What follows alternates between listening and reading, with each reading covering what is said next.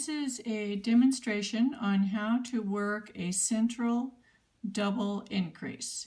This takes a single stitch and turns it into 3. So we start out, we work over to the position where we want to create our increase.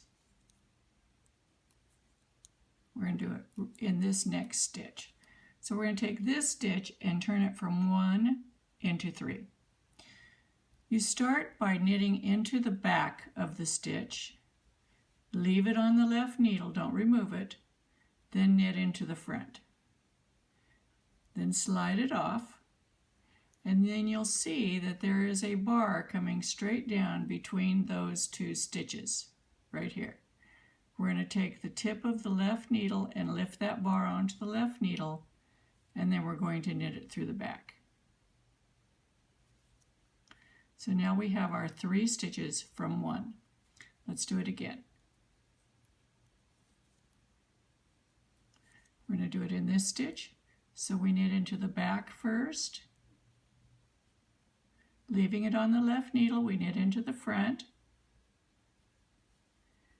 We can see the bar that's created right there that's coming straight down between the 2 stitches. We lift that onto the left needle, and we knit it through the back. Then we'll knit to the end of the row. I'll purl a couple rows and be back in a second and show you what this looks like. So here we have the central double increase. I worked 2 of them. You can see them here. We'll zoom in on those a little bit. And you can see that the first stitch was here. The second stitch is between them, it falls to the back, and then the third part is right here. It leaves a little bit of a hole, but not too much. This is often used whenever you want to increase rapidly, like in lace, or if you wanted to make ruffles or something like this. It's very similar to the knit yarn over knit, which is right here, except this leaves a bigger hole. This leaves like an eyelet. This is also used in lace.